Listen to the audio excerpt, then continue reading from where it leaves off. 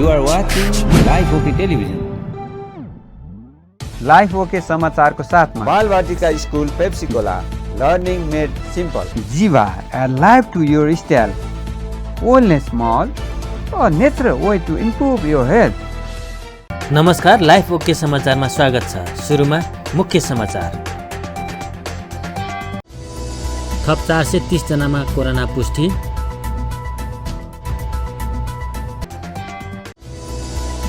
गृहमन्त्री रामबहादुर थापा बादलले स्थायित्वका लागि संसद विघटन आवश्यक। चुनाव कुनै पनि हालतमा रोकिन नसक्ने स्पष्ट। कोभिड राहत एवं मासिक रूपमा जीवन निर्वाह भत्ताको व्यवस्था गर्न माग। युवाहरूले संविधान पढेर विरोध प्रदर्शन।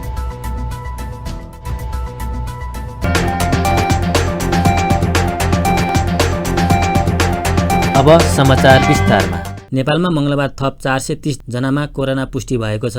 हालसम्म नेपालमा कोरोना संक्रमितको संख्या 2,65,698 पुगेको स्वास्थ्य मन्त्रालयले जनाएको छ। त्यस्तै कोरोनाका कारण थप 5 जनाको मृत्यु भएको छ भने हालसम्म नेपालमा कोरोनाका कारण 1932 जनाले ज्यान गुमाएका छन्। त्यस्तै थप 390 जना कोरोना मुक्त भएका छन्। हालसम्म नेपालमा 59,358 ले कोरोना जितेका छन्। नेपालमा हाल 237 जना क्वारेन्टाइनमा छन्। हालसम्म 19,92,855 वटा PCR गरेको मन्त्रालयले जनाएको छ। गृहमन्त्री रामबहादुर थापा बादलले स्थायित्वका लागि संसद विघटन आवश्यक रहेको बताउनु भएको छ। मंगलबार ललितपुरमा अखिल नेपाल खेलकुद महासंघको राष्ट्रिय भेलालाई सम्बोधन गर्दै गृहमन्त्री थापाले अस्थिरता पैदा हुने अवस्था आएकै कारण संसद विघटन गरिएको बताउनु भएको हो। उहाँले अविश्वासको प्रस्तावबाट प्रधानमन्त्री हटाउने प्रयास गरेर अस्थिरता सिर्जना गर्न खोजिएको आरोप समेत लगाउनु भयो। सरकारलाई काम गर्न अवरोध गर्न खोजिँदा संसद विघटन गर्न बाध्य हुनु परेको उहाँको भनाइ छ। आफूहरूले नयाँ नेपाल बनाउन चाहेको बताउँदै बादलले समाजवादी नेपालले मात्र सबैलाई समृद्धि बनाउने उल्लेख गर्नुभयो। मन्त्री थापाले अविश्वासको प्रस्ताव ल्याएर प्रधानमन्त्री हटाउने कदम ठिक थियो कि थिएन भन्ने बहस हुनुपर्नेमा जोड दिनुभयो। थापाले क्रान्तिकारी विचार नीति र त्यसका कार्यान्वयन एकताको पक्ष नै अहिले सही विचार भएको तर्क गर्नुभयो। जुन सदनमा नेकपाको 2/3 चाहिँ मत थियो, त्यसलाई विभाजित गरेर प्रधानमन्त्रीलाई हटाउने अविश्वासको प्रस्ताव ल्याएर चाहिँ प्रधानमन्त्रीलाई चाहिँ अपदस्थ गर्ने चाहिँ नीति, त्यो कदम सही थियो वा त्यो गलत थियो भने यो प्रश्नको जवाफ तपाईँ हामीले चाहिँ दिनुपर्ने भएको छ। यदि हामी परिवर्तन चाहन्छौँ, हामी समृद्धि चाहन्छौँ, हामी समाजवादी समाजको निर्माण गर्न चाहन्छौँ भने तपाईँ हामीले इतिहासले आज पैदा गरेको यो प्रश्नको चाहिँ ठिक जवाफ दिन जरुरी छ। तपाईँ बिचमा बस्न सक्नुहुन्न। तपाईँले हामी राजनीति गर्दैनौँ, हामी राजनीतिसित हामीलाई मतलब छैन भनेर तपाईँ अलग बस्न सक्नुहुन्न। तपाईँले इतिहासले यो खडा गरेको यो प्रश्नको जवाफ दिनै पर्छ। संसद विघटन गर्ने, जुन संसदले यो देशको राजनीतिलाई अस्थिरता चाहिँ धकेल्ने संयन्त्रमा यो बदलियो चाहिँ, त्यसकारणले यो संयन्त्र त्यो संसदको औचित्य सकियो चाहिँ। किन हाम्रो संविधानले देशको चाहिँ राजनीतिक व्यवस्थालाई चाहिँ स्थायित्व चाहिँ प्रदान गर्छ। त्यसले स्थिर हुनुपर्छ, त्यो स्थायित्व त्यहाँ हुनुपर्छ भन्ने भन्छ हाम्रो संविधानले चाहिँ। त्यसकारणले अहिले जो कदम लियो चाहिँ यो अस्थिरता पैदा भएको हुनाले फेरि स्थायित्वको निम्ति यो संसदलाई विघटन गर्न जरुरी थियो चाहिँ। र अब यो पुरानो संसदले अब देशको राजनीतिलाई चाहिँ स्थायित्व दिन सक्दैन। यसले अब अस्थिरता मात्र पैदा गर्ने भयो चाहिँ। अब किनबेचको खेलहरू चाहिँ हुने भयो र देशलाई चाहिँ जहिले पनि अब अस्थिरताको भुइँमा फसाउने र देश अस्थिर भइसकेपछि देश प्रगतितिर जाँदैन। यहाँ जहिले पनि आन्दोलन भइराख्ने, जहिले पनि अस्थिरता पैदा भइराख्ने भएपछि यहाँका उद्योग धन्दाहरू बन्द हुन्छन्, यहाँ व्यवसायहरू चाहिँ ठप्प हुन्छन्, यहाँ कुनै पनि विदेशीले यहाँ लगानी गर्न चाहिँ आउँदैनन् चाहिँ। त्यसो भइसकेपछि देश विकासतिर जान्छ कि विनाशतिर जान्छ, त्यो समृद्धितिर जान्छ कि यही दरिद्रताको चक्रव्यूहमा फस्छ त भन्दाखेरि निश्चित रूपमा अस्थिरताले चाहिँ देशलाई चाहिँ दरिद्रताको चाहिँ चक्रव्यूहमा चाहिँ फसाउँछ। त्यस कारणले नयाँ संसदको स्थापना गरौँ। आजको सही नीति, सही राजनीतिक कदम त्यो हुन्छ। त्यस कारणले हामीले संसदको विघटन गर्नु र नयाँ संसदको स्थापना गर्ने एउटा मध्यावधि निर्वाचनको माध्यमबाट यो अग्रगामी कदम हो। राजनीति भनेको समाज परिवर्तनको दर्शन भएको र दल भनेको परिवर्तन भएको भन्दै उहाँले राजनीतिकै कारण परिवर्तन हात पारेको जिकिर गर्नुभयो। उहाँले गएको 3 वर्षमा 7% भन्दा बढी आर्थिक वृद्धि दर पुर्याउँदै देश विकास गरिरहँदा अहिले अवरोध गरिएको धारणा राख्नुभयो। सञ्चार तथा सूचना प्रविधि मन्त्री पार्वत गुरुङले अब चुनाव कुनै पनि हालतमा रोकिन नसक्ने स्पष्ट पार्नु भएको छ। क्रियाशील दलित पत्रकार सङ्घले आयोजना गरेको कार्यक्रममा उहाँले सरकारलाई काम नदिएका कारण ताजा जनादेशमा जाने निर्णय गरेको भन्दै यो प्रतिगामी कदम नभएको समेत बताउनु भयो। उहाँले सबै दलहरू आन्दोलनको नाममा चुनावी प्रचारमा हिँडेको उल्लेख गर्नुभयो। द्वन्द्वकालमा जस्तो प्रचण्डले ढाडमा टेकेर टाउकोमा हान्ने रणनीति अहिले पनि अख्तियार गरेको कारण अहिलेको अवस्थामा आएको उहाँले बताउनुभयो। त्यस्तै उहाँले माधव कुमार नेपालको ढाडमा टेकेर अध्यक्ष केपी ओलीको टाउकोमा हान्ने रणनीति बनाएको आरोप पनि लगाउनु भयो। मन्त्री गुरुङले पत्रकारहरूले पनि अहिलेको अवस्थालाई सूक्ष्म विश्लेषण गरी धारणा बनाउनु पर्ने बताउनु भयो। अहिलेको कदम यदि अलोकतान्त्रिक हो, यो प्रतिगामी हो, असंवैधानिक हो भने आज यसलाई तपाईले भोलि देखिरहनु हुनेछ। चुनाव हुन्छ कि हुँदैन, यो चुनाव ताजा जनादेश लिनु चाहिँ यो प्रतिगामी हुन सक्दैन, यो असंवैधानिक हुन सक्दैन। यो किन यो परिस्थिति यसको व्याख्या नगर्नु लामो हुन सक्छ। त्यसैले पत्रकार महासङ्घले कोट्याइहालेको हुँदाखेरि म यसमा प्रवेशै गर्न चाहेको थिइनँ। त्यसैले पनि मलाई के लाग्छ भने यस्तो विषयवस्तुप्रति आज हामी जिम्मेवार बनौँ र पत्रकार महासङ्घ अथवा पत्रकारहरू, हामी राजनीतिक पार्टीहरू, आज तपाईँको सडक आन्दोलनको माग गर्नेहरूले पनि चुनावको एजेन्डा बनाएको हो भन्ने कुरोमा सबै प्रष्ट भइसक्यो। नेपाली काङ्ग्रेसको सभापति शेरबहादुर देउवाले प्रष्टै भनिसक्नु हो। अब कहाँ चुनावमा जानुपर्ने बेला कहाँ अब यो चाहिँ संसद पुनर्स्थापना भनिसक्नुभयो।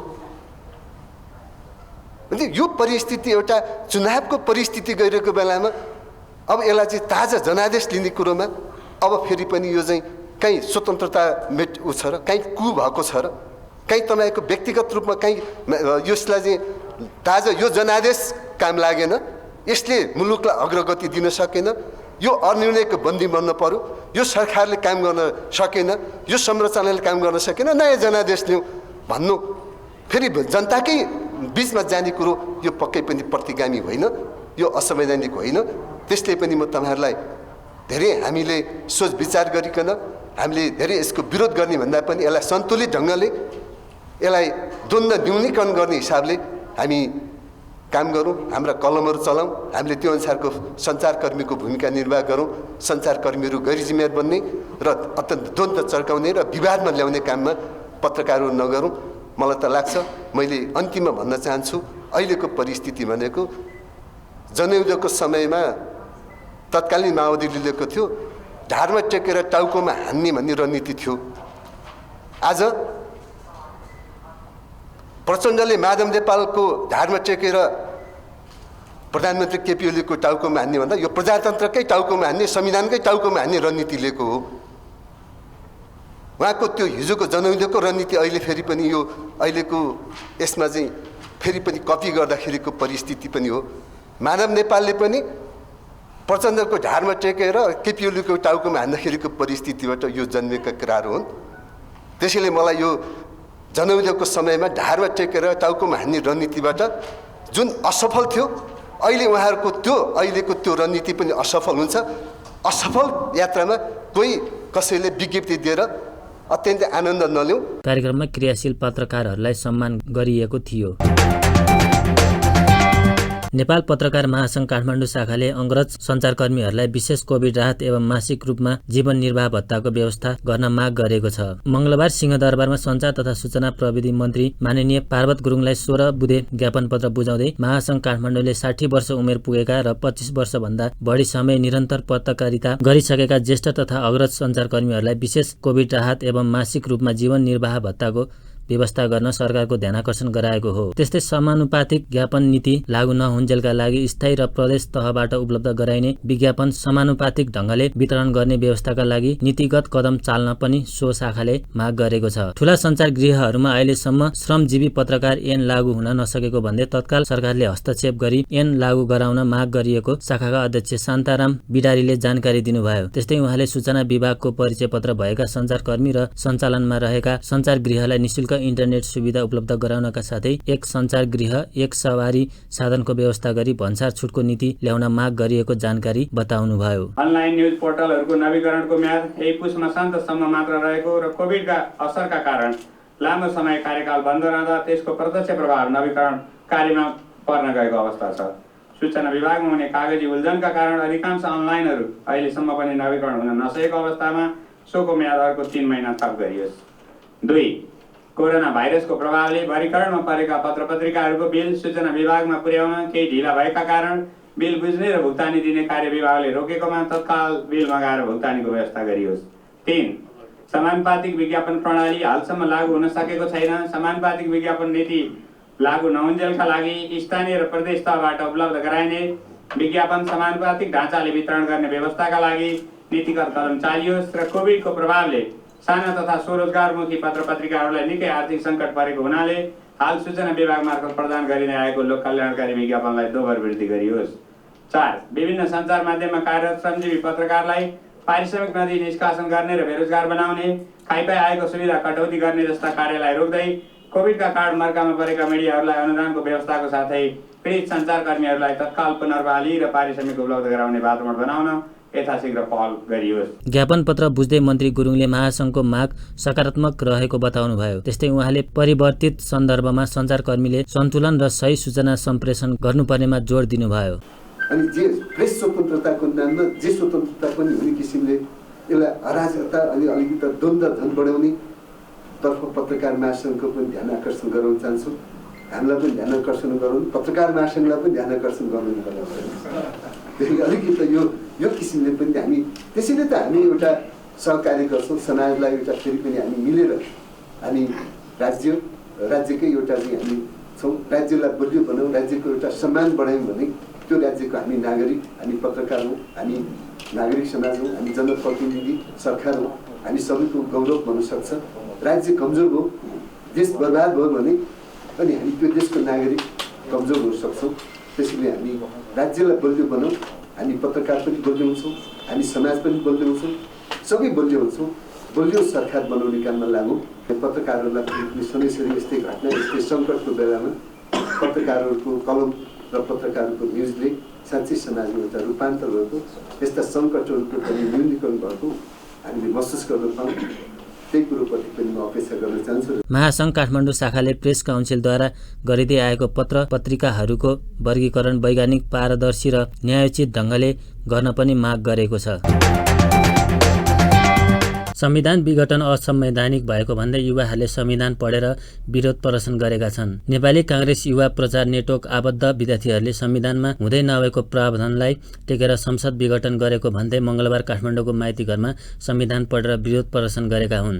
प्रदर्शनका क्रममा उनीहरूले संविधानभित्र संसद विघटनको व्यवस्था खोज्दै रचनात्मक विरोध गरेका थिए। मुलुकमा हत्या, हिंसा, बलात्कार, भ्रष्टाचारका घटना बढ्दा सरकार भने पदको जोड घटाउमा लागेको उनीहरूको आरोप छ। मुलुकले लामो समयपछि संविधान निर्माण भएपछि अहिले सरकारले संविधानमाथि कु गरेको आरोप उनीहरूले लगाए। प्रतिशत युवाहरूलाई रिप्रेजेन्ट गर्दै आज मुलुकले लामो समयपछि 70 वर्ष अर्थात् 7 दशकभन्दा लामो प्रयासपछि जसरी एउटा संविधानको खाका मात्र कोर्न सफल भएको थियो, त्यसको कु भएको छ।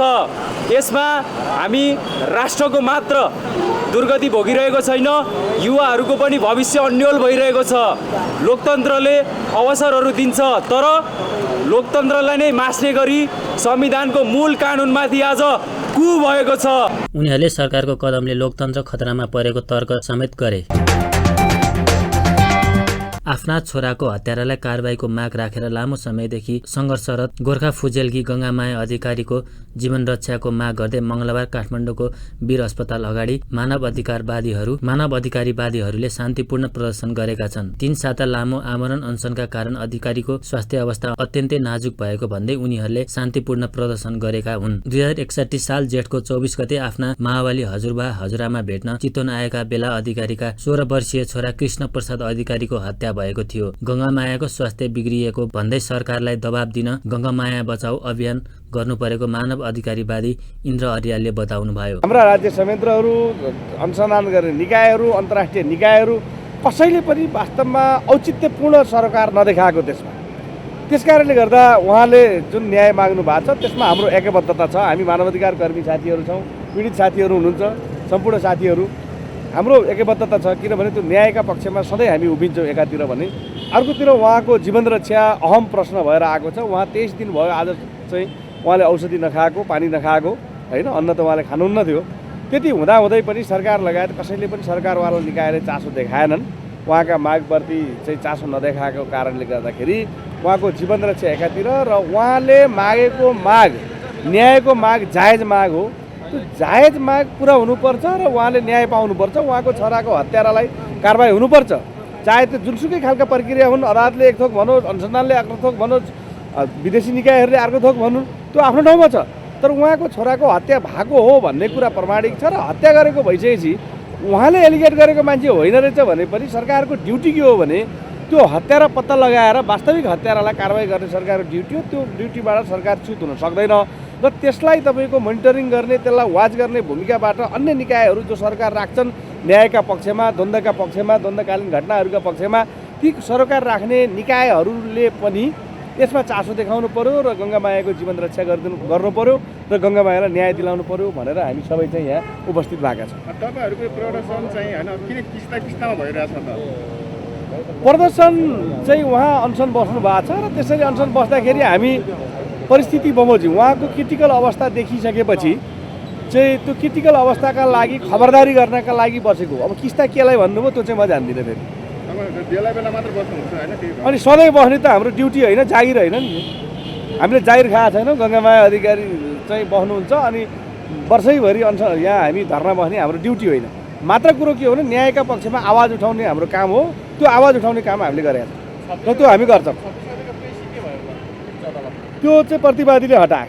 26 गते पेशी थियो उच्च अदालतमा, त्यो प्रतिवादीहरूले हटाए। आफ्ना छोराका हत्याराका साथै पतिलाई अनसनमै मर्न विवश बनाउने राज्यका पदाधिकारीहरूलाई समेत कारबाहीको माग गर्दै गङ्गामाया अधिकारीले अहिले 12औं पटक आमरण अनसनमा बसेको पनि 22 दिन भएको छ। विभिन्न क्षेत्रका व्यक्तिहरूले संविधान विघटनको अधिकार प्रधानमन्त्रीलाई नभएको भन्दै सो कदम सच्याउनु पर्ने बताएका छन्। मङ्गलबार काठमाडौँमा आयोजित एक कार्यक्रममा उनीहरूले संसद विघटन गरेर मुलुकलाई थप अस्थिरतातर्फ धकेल्ने प्रयत्न भएको समेत बताए। कार्यक्रममा बार एसोसिएसनका अध्यक्ष चण्डेश्वर श्रेष्ठले संसदले कसैलाई नोक्सानी नपुर्याएको अवस्थामा संसद विघटनको औचित्य नभएको बताउनुभयो। उहाँले प्रधानमन्त्रीको कदम असंवैधानिक रहेको र यसले अस्थिरता पैदा गरेको तर्क गर्नुभयो। त्यस्तै महासंघका कार्यवाहक अध्यक्ष दिलीप थापा मगरले मुलुकमा हुने असंवैधानिक र निरङ्कुश कदमको विरुद्ध पत्रकार महासंघ जुनसुकै आन्दोलन गर्न पनि तयार रहेको बताउनुभयो। के दुःख दियो प्रतिसभा विघटन गर्नको लागि? त्यो अवस्था केही पनि आएको छैन। यो स्थिति नभएको हुनाले संविधान विरुद्धमा, संविधानलाई घात गर्ने किसिमबाट गैर संवैधानिक किसिमबाट जो प्रतिसभा विघटन गरेको छ, यो प्रतिसभा स्थायित्वको लागि होइन। भोलिका दिनमा निर्वाचन भएरै गएछ भने पनि खड्गवलीको पार्टी पनि अहिले कुन अवस्थामा छ? न उसले बहुमत ल्याउन सक्दछ, न नेपाली काङ्ग्रेस जसले आफूले प्रतिपक्षको भूमिका निर्वाह गर्न सकिराखेको छैन, उसले पनि बहुमत ल्याउन सक्ने अवस्थामा छैनन्। अरू कसले ल्याउँछ? यो झन् हङ पार्लियामेन्ट हुन्छ।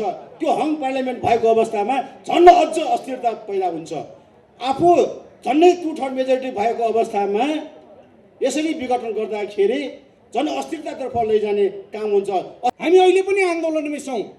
त्यसकारण म यहाँलाई भन्न चाहन्छु, जब नागरिक स्वतन्त्रता अभिव्यक्तिहरू खतरामा पर्छ तब नेपाल पत्रकार महासंघ त्यस्ता आन्दोलनहरूको पक्षमा उभिन्छ र म यहाँलाई पनि के विश्वास दिलाउन चाहन्छु भने नेपाल पत्रकार महासङ्घ जब प्रतिगमन हुन्छ तब त्यो प्रतिगमन विरुद्धको आन्दोलनमा अग्र मोर्चामा यहाँहरूसँगै खडा हुने प्रतिबद्धता पनि म व्यक्त गर्न चाहन्छु। त्यस्तै कार्यक्रममा सहभागी अन्य व्यक्तिहरूले संसद विघटन विरुद्ध एक भएर सङ्घर्ष गर्नुपर्ने बताएका थिए। लगातार घटेको सुनको मूल्य फेरि वृद्धि भएको छ। सुन तोलामा 600 रुपियाँले बढेको हो। नेपाल सुनचाँदी व्यवसायी महासङ्घका अनुसार छापाला सुन प्रति तोला 92,800 रुपियाँ र तेजाबी सुन प्रति तोला 92,300 रुपियाँमा कारोबार भइरहेको छ। यसैगरी चाँदीको भाउ पनि उकालो लागेको छ। यस दिन चाँदी तोलामा 20 रुपियाँले बढेर प्रति तोला 1,250 रुपियाँमा किनबेच हुँदैछ। नेपाल स्टक एक्सचेन्ज नेप्से सूचकले लगातार नयाँ रेकर्ड बनाउँदै अघि बढेको छ।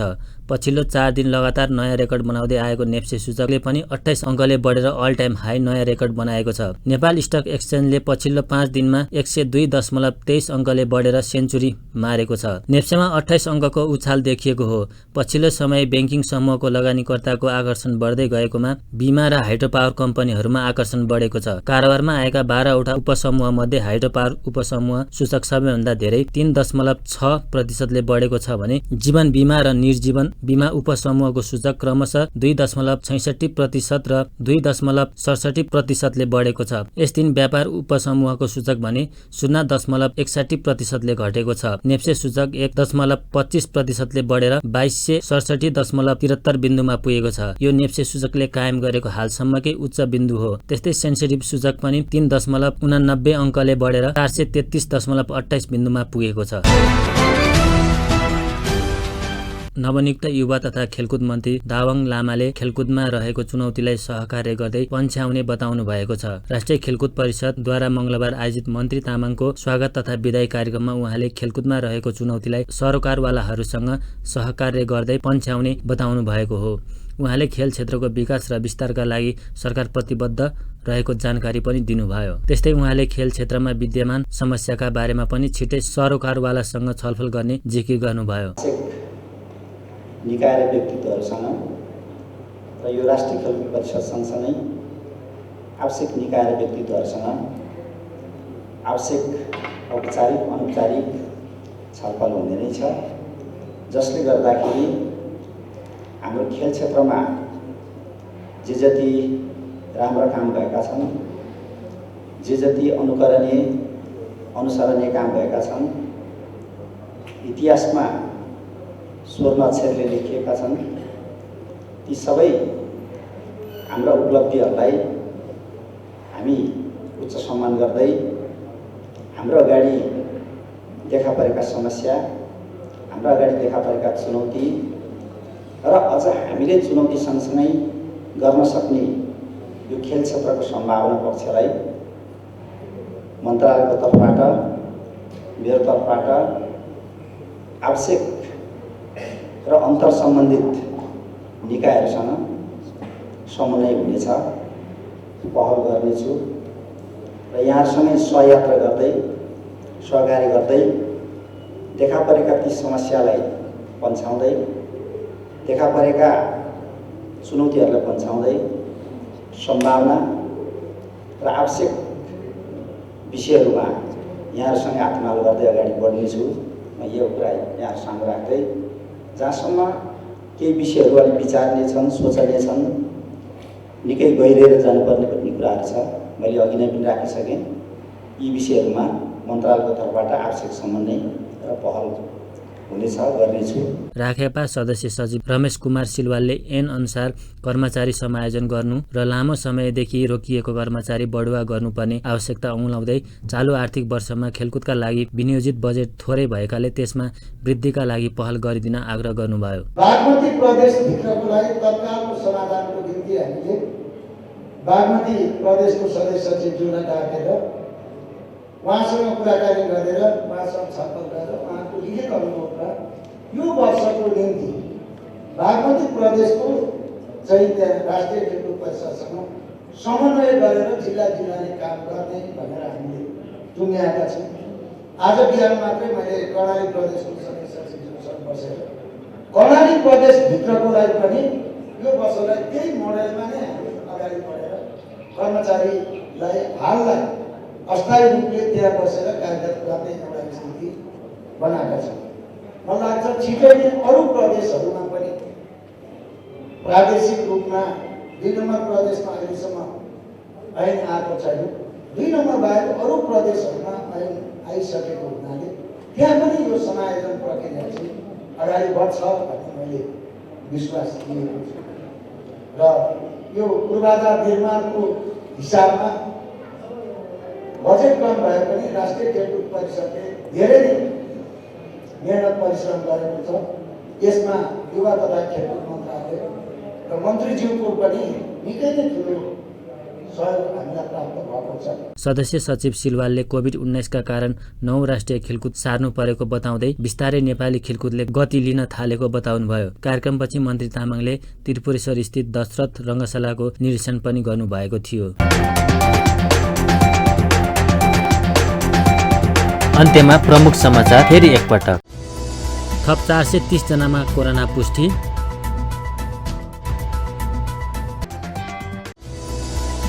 गृहमन्त्री रामबहादुर थापा बादलले स्थायित्वका लागि संसद विघटन आवश्यक। चुनाव कुनै पनि हालतमा रोकिन नसक्ने स्पष्ट। कोभिड राहत एवं मासिक रूपमा जीवन निर्वाह भत्ताको व्यवस्था गर्न माग। युवाहरूले संविधान पढेर विरोध प्रदर्शन। हस्त अहिलेका लागि लाइफ ओके समाचार यति नै। हेर्दै गर्नुहोला लाइफ ओके टेलिभिजन। नमस्कार।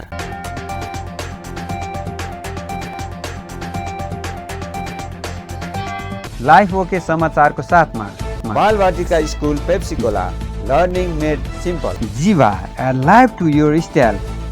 Wellness Mall, a natural way to improve your health.